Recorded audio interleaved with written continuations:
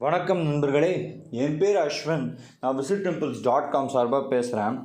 நான் இன்றைக்கி உங்கள் எல்லாரையும் ஒரு புராண சிவன் திருத்தலத்துக்கு தான் கூட்டிகிட்டு போகிறேன். இந்த திருக்கோயிலானது நெல்லையில், அதாவது தென்காசியில் இருக்கிற காசி விஸ்வநாதர் கோயில் கட்டிய காலத்திலே இந்த திருக்கோயிலை கட்டியிருக்காங்க. அது என்ன திருக்கோயில், யார் கட்டுனா அப்படின்னு இந்த வீடியோவில் பார்ப்போம். வாங்க வீடியோக்குள்ளே போகலாம். நம்ம இன்றைக்கி எந்த திருக்கோயிலை பற்றி பார்க்க போகிறோன்னா, தமிழ்நாட்டோட தலைநகரமாக உள்ள வெஸ்மாம்பலத்தில் இருக்கிற அருள்மிகு காசி விஸ்வநாதர் திருக்கோயிலை பற்றி தான் பார்க்க போகிறோம். இந்த திருக்கோயிலோட ப்ரிசைடிங் டீட்டி யாருன்னு பார்த்தீங்கன்னா, சிவபெருமான் காசி விஸ்வநாதராக இருக்காரு. மேலும் அவரோட கான்சார்ட்டாக இந்த திருக்கோயிலில் யார் பக்தர்களுக்கு காட்சி அளிக்கிறான்னு பார்த்தீங்கன்னா, காசி விஷாலாட்சி அம்பாள் தான் ப்ரிசைடிங் டீட்டியோட கான்சார்ட்டாக பக்தர்களுக்கு காட்சி அளிக்கிறாங்க. இந்த திருக்கோயில் அமைஞ்சிருக்கிற இடத்துக்கு ஏன் மாம்பலம்னு பேர் வந்திருக்குன்னு பார்த்தீங்கன்னா, இந்த இடத்த சுற்றி முந்தைய காலத்தில் மகாவில்வம் மரங்கள் காணப்பட்டிருக்கு. அதனால தான் இந்த திருக்கோயில் இருந்த இடத்த முந்தைய காலத்தில் மாவில்வம்னு அழைச்சிருக்காங்க. அது காலப்போக்கில் மருவி மாம்பலம்னு மாறி இருக்கு. இந்த திருக்கோயிலை எவ்வாறெல்லாம் அழைக்கிறாங்கன்னு பார்த்தீங்கன்னா, மகாபில்ப கஷேத்திரம்னு அழைக்கிறாங்க. மேலும் முந்தைய காலத்தில் இந்த திருக்கோயிலை மயிலை மேல் அம்பலம்னு அழைச்சின்னு வந்திருக்காங்க. ஏன்னு பார்த்தீங்கன்னா, மயிலாப்பூருக்கு மேற்கு பகுதியில் அமைஞ்சிருக்கிறதுனால இந்த திருக்கோயிலுக்கு மயிலை மேல் அம்பலம்னு இன்னொரு பேர் இருந்திருக்கு. அது காலப்போக்கில் மேலம்பலமாக மாறி இருக்கு. அது இன்னும் கொஞ்ச நாள் கழித்து தற்போதைய நிலையில் மேற்கு மாம்பலம், அதாவது வெஸ்ட் மாம்பலம்னு சொல்லப்பட்டு வருது.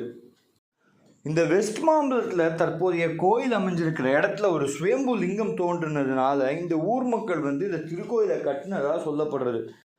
ரிசர்ச்சர்ஸ் மற்றும் இந்த திருக்கோயிலோட ஸ்தல வரலாறு என்ன சொல்கிறதுன்னு பார்த்தீங்கன்னா, தென்காசியில் இருக்கிற காசி விஸ்வநாதர் திருக்கோயிலை எந்த மன்னர் கட்டினாரோ அதே மன்னர் தான் இந்த சென்னையில் அமைஞ்சிருக்கிற இந்த காசி விஸ்வநாதர் திருக்கோயிலை கட்டுனதாக சொல்லப்படுறது.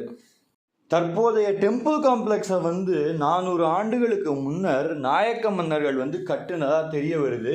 மேலும் இந்த திருக்கோயிலில் இருக்கிற ரூஃபிங் சீலிங்கில் மீன் சின்னம் எல்லாமே பொறிக்கப்பட்டிருக்கு. 2003 இந்த திருக்கோயிலை புதுப்பிச்சு ரீகன்ஸ்ட்ரக்ஷனும் பண்ணியிருக்காங்க. இந்த திருக்கோயிலுக்கு மொத்தம் 2 ராஜகோபுரங்கள் இருக்குது. முதல் ராஜகோபுரம் கிழக்க பார்த்து இருக்குது. அந்த ராஜகோபுரமானது 7 அடுக்கு கொண்ட ராஜகோபுரமாக இருக்குது. மேலும் இன்னொரு ராஜகோபுரமானது தெற்க பார்த்து இருக்குது. இந்த ராஜகோபுரமானது 3 அடுக்கு கொண்டு ராஜகோபுரமாக காண முடிகிறது.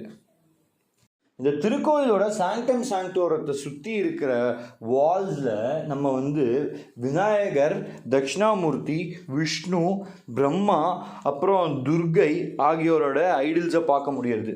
இந்த திருக்கோயில் அமைக்கப்பட்டிருக்கிற மண்டபத்தில் சிவன் பார்வதி கல்யாண கோலத்தில் காண முடியாது. மேலும் இவங்களோட இருபுறமும் நட்ராஜர் மற்றும் உர்தவ தாண்டவரை காண முடியாது.